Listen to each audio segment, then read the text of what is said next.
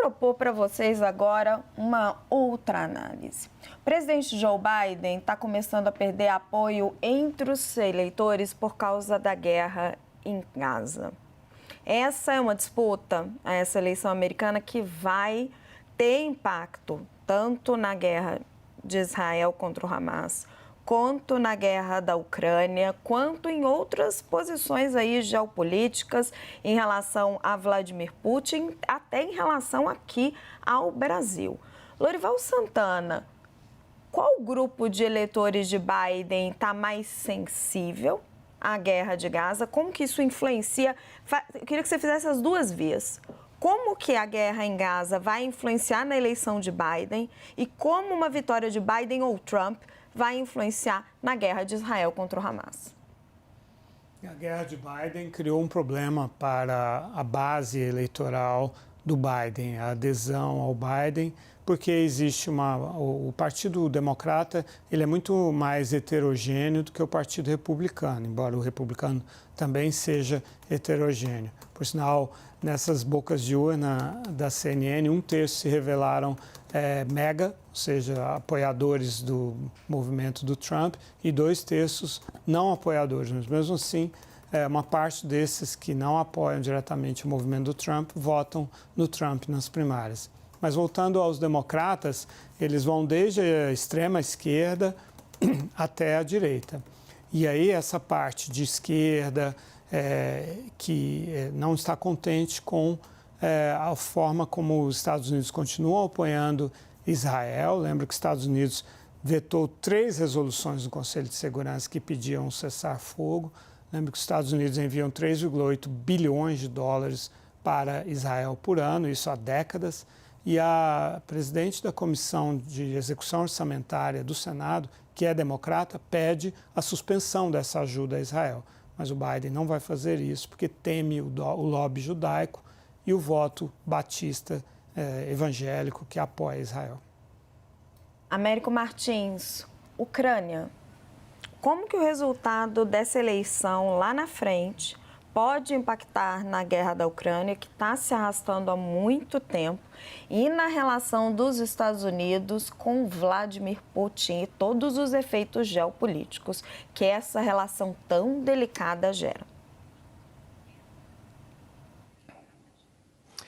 Ótima pergunta, Raquel. Por quê? Porque em nenhuma outra capital do mundo essa eleição está sendo acompanhada com mais detalhes do que em Kiev. Porque a ajuda americana, a ajuda ocidental de forma geral, mas a ajuda americana em particular é fundamental para o esforço de resistência das tropas ucranianas.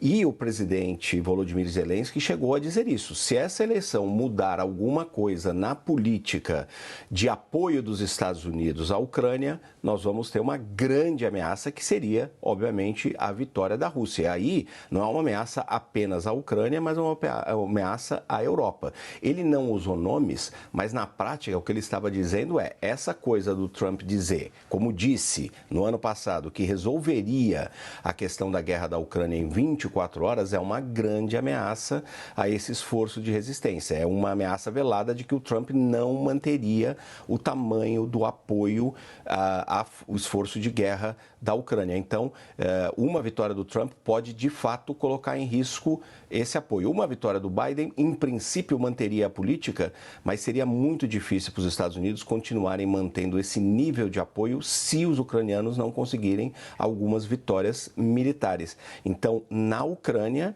é uma discussão ali, eles acompanham essa campanha dos Estados Unidos quase como um risco existencial ao país e ao seu esforço de guerra. Fernanda Manhota, ficou para você a pergunta que mais vai nos interessar aqui no Brasil.